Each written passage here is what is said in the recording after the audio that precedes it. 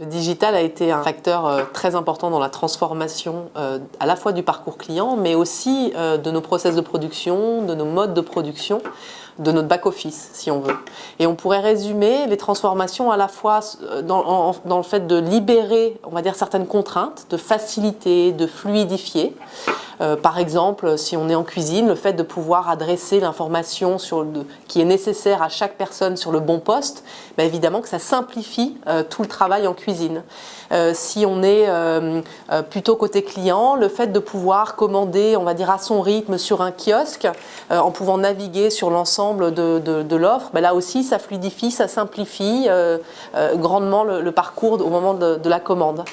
Et puis l'autre point de transformation, ben, c'est que ça offre des opportunités absolument incroyables, puisque je ne suis plus obligée d'être en restaurant pour pouvoir commander. Je peux commander depuis mon téléphone portable, depuis le bureau, passer ma commande et puis aller la récupérer en restaurant. Je peux même maintenant me faire livrer à la maison. Je peux profiter d'un programme de fidélité qui va être adapté à mon restaurant, là où je vais, aux produits que je commande. Donc on voit bien qu'à la fois ça va libérer et puis ça va créer des nouvelles opportunités de développement de business, d'occasion de visite ou simplement d'enrichissement de l'expérience dans nos points de vente ou en dehors des points de vente.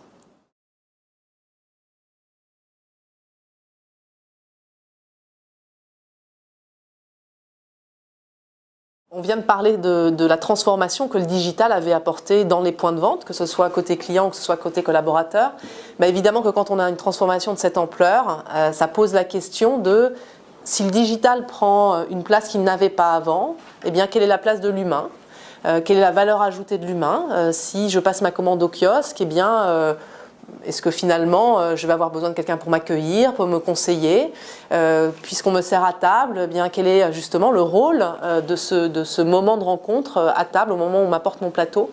Donc la culture service, ça a été justement de questionner l'ensemble du parcours client, de voir là où le digital avait le plus de sens, là où l'humain prenait toute sa place, et du coup d'accompagner cette transformation, à la fois dans la relation au client, mais aussi dans la relation aux collaborateurs. C'est-à-dire qu'il faut aussi leur expliquer finalement quelle est leur mission, qu'est-ce que finalement un ordinateur, un kiosque va très bien faire, et par contre, quel est son rôle à lui, comment il peut conseiller, comment il peut soigner la relation, comment il peut reconquérir un client si à un moment il y a eu un défaut dans l'expérience, et que ça, voilà, c'est au cœur de la relation entre un équipier et un client.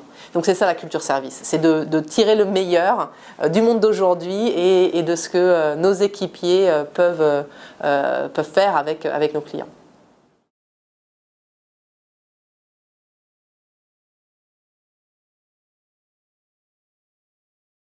La satisfaction client, il n'y a aucun meilleur moyen pour la mesurer que de demander au client son avis, sans filtre, et donc de permettre à chaque client, à la fin de sa visite, de nous donner son point de vue sur est-ce que la visite a répondu à ses attentes, de lui permettre, et ça c'est certains restaurants qui le proposent, de pouvoir être recontacté s'il le souhaite.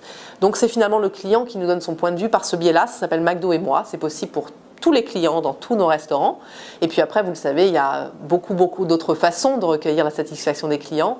D'abord par le contact entre un directeur de restaurant, un manager, un équipier et un client. Évidemment que c'est pas parce qu'on donne son avis sur un site que ça empêche, on va dire, un contact humain et face à face. Mais aussi, bien sûr, par d'autres médias que peuvent être des réseaux sociaux. Qui permettent là aussi d'enrichir les mesures et la connaissance de la satisfaction de nos clients, et puis des études spécifiques sur le sujet, évidemment, pour compléter le dispositif.